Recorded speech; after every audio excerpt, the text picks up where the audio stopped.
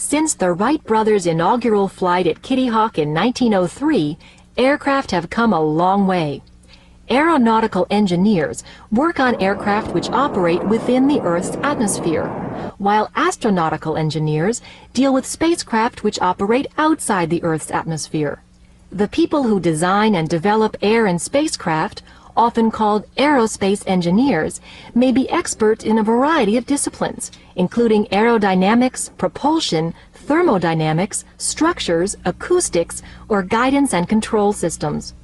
Since their designs are responsible for the safety of both people and equipment, aeronautical and astronautical engineers must be highly skilled and typically need advanced post-college education and training.